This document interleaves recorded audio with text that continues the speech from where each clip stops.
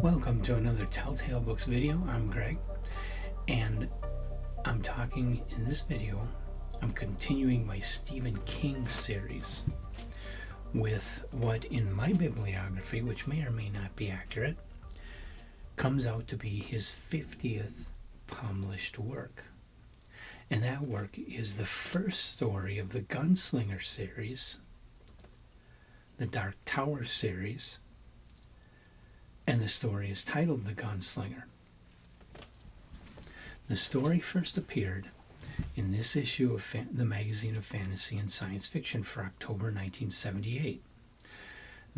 This issue was the very first science fiction magazine that I ever purchased. But I was only a fan of science fiction, and frankly it's this cover that got me to buy it.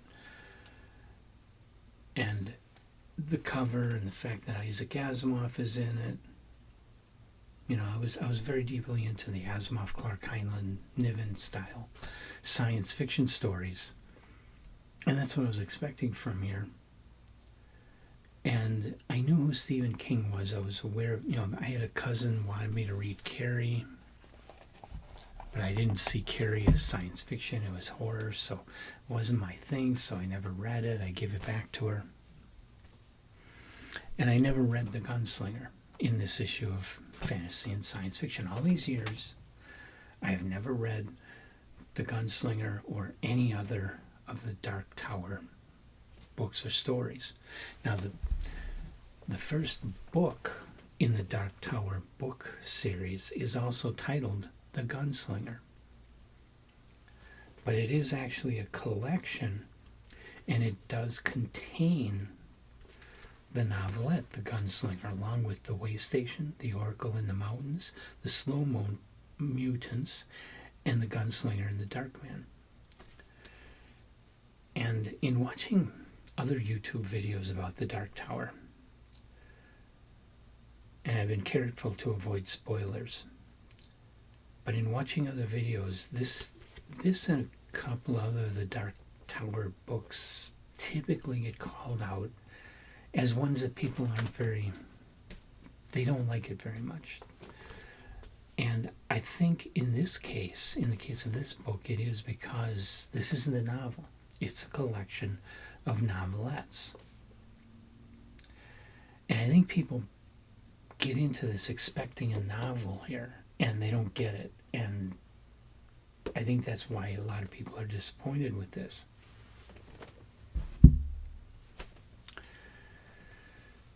Now, I'm going to talk about all of the stories that are in this book, but for this video, I'm just talking about the first novelette in the series, The Gunslinger. So this story was inspired by a poem by Robert Browning titled Childe Roland Comes to the Dark Tower. To the Dark Tower comes. Childe Roland to the Dark Tower comes. It's a poem. Not exactly a short poem, but not a super long one. It's not the Divine Comedy long. It's just a couple pages long.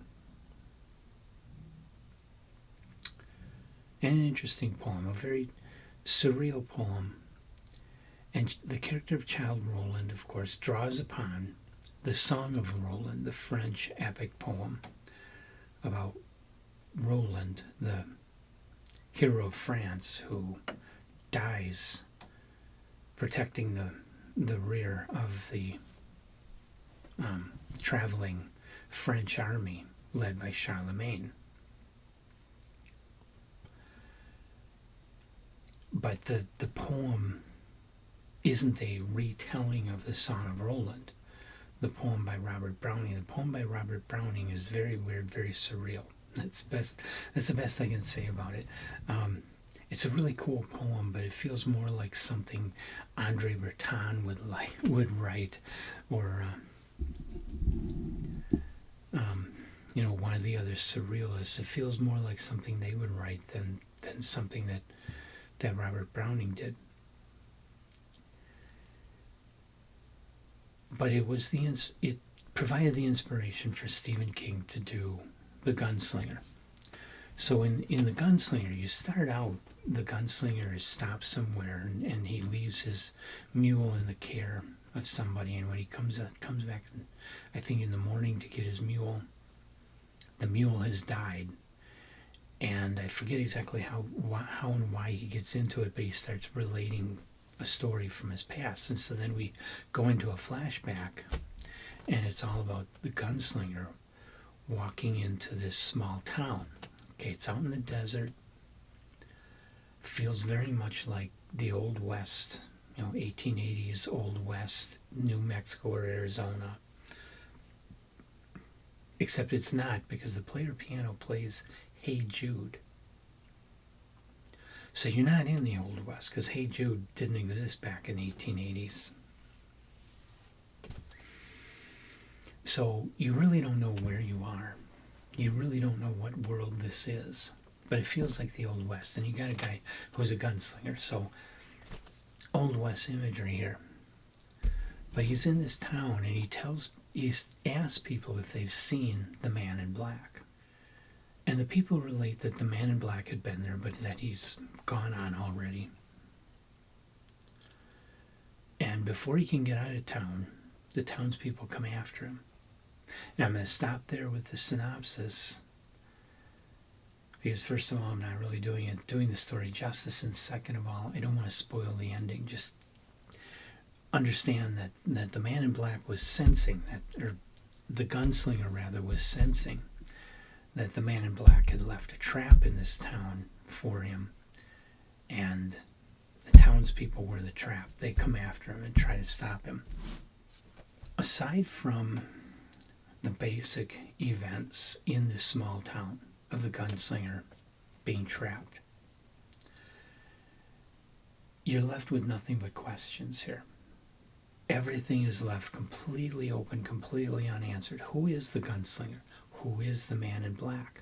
What is this place that would be like an Old West town but plays music by the Beatles on the player piano? Why are these people wanting to kill the Gunslinger? And you're left with absolutely no answers at the end of this story. It makes the story very mysterious and very surreal. And in many ways, this feels kind of Ballardian.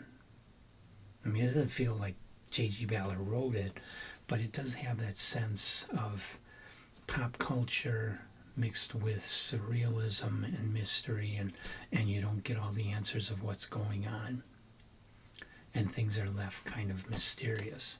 So this feels kind of Ballardian in that way. And that's a good thing, except I think at the end of the story there should have been a little bit of something more, because understand, the people that got this issue, and this was the very, very first ever Dark Tower story in here, but it wasn't said to be a series. You just got this one story, and you read it, and you go, okay. What the hell was that about? What is going on? And you're not given any hint that there's going to be more to come. So you just read this story and you're left with nothing. And you just don't know. That's very unsatisfying. In reading it now, of course, the whole Dark Tower series has been written and talked about, and I know there's a whole lot more to come. So it's not that terrible for us to read that one novelette today. But in 1978, reading that one novelette, I'm sure everybody, well, I don't know how other people reacted to it back then, because I wasn't paying attention to it, because I didn't care to even try Stephen King. But my sense is that if I would have read it in October of 1978, I would have went, well, that's kind of stupid. What the hell's going on?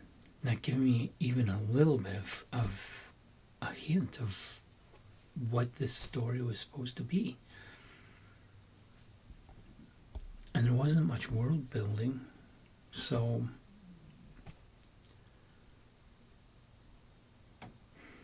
just left with a lot of unanswered questions. And in that analysis, I would have seen it as a really bad story. A very bad story. The fact that I know there's more coming, it's kind of interesting. And like I say, it's kind of Ballardian, which I love. So I'm liking it. I'm not calling it a top tale.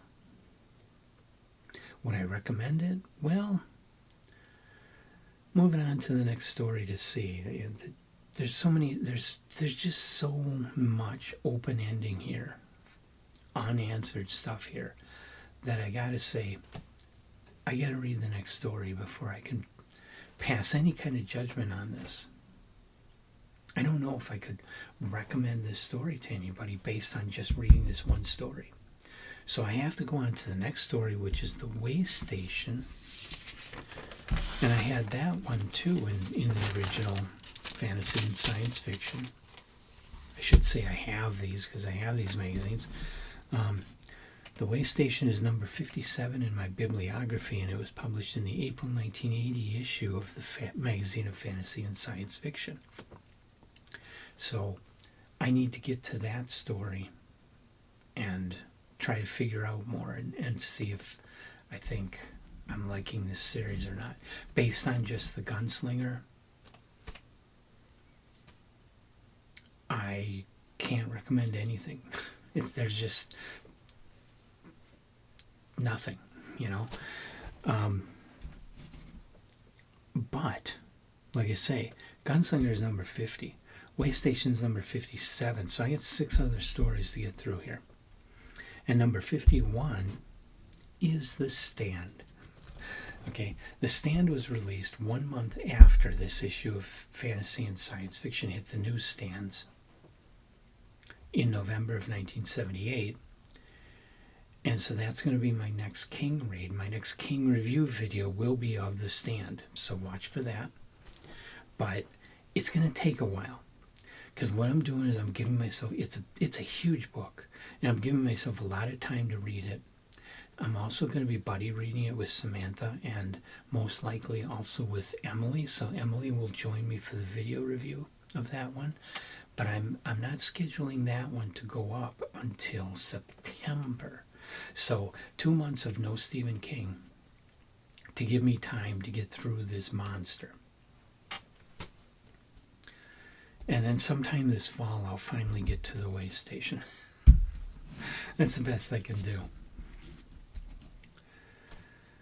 So, if you've read the novelette, The Gunslinger, in the book, The Gunslinger, or in the magazine of fantasy and science fiction, I want to hear your comments. I want to hear your thoughts. Do you agree with what I'm saying? Am I assessing this right? Do you disagree? Do you have some other ideas of what might be going on? Because there's a lot of religious themes here. It seems to me almost like this... It seems to me like the Dark Tower is kind of like a afterlife, kind of like hell, kind of like Hades from Greek mythology, or just, you know, some place where people go after they're dead. I don't know. I gotta read the rest of the series and find out what the heck's going on here. But there were a lot of religious references. One guy stating that he thinks it's the end of days.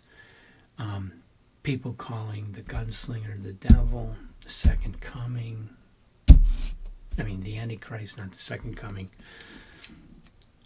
The Man in Black sounds like death or the devil. Who knows?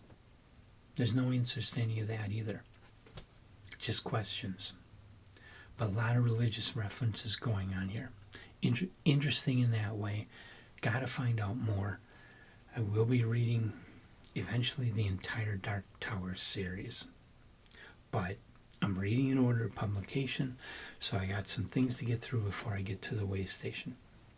Anyway, hit the like button, hit the subscribe button, leave your comments, come on back for all the other stuff we do, because between now and when I do the review of The Stand, we got a lot of other stuff. We've got, I'm reading some issues of Asimov's science fiction and reporting on all the stories in those, trying to get to the latest issue of Asimov's, but it sent me on some backtracks. So I'm reading some Nancy Kress and James Patrick Kelly and Neil Asher. I've got another Theodore Sturgeon coming up, another Ray Bradbury. Some more Dangerous Visions. When Women Were Dragons is Emily's pick for us to read during July. You'll see that. There's more Francis Stevens, more H.P. Lovecraft, more Jules Verne. Taming of the Shrew by William Shakespeare is coming up. An Agatha Christie story, some H.G. Wells stories. Annihilation by Jeff Vandermeer. We're going to do that one. And other stuff that I don't have scheduled in here yet. Come on back and see all of it. And definitely come on back for my review of The Stand. It ought to be interesting. And I hope you'll be seeing me in the next video.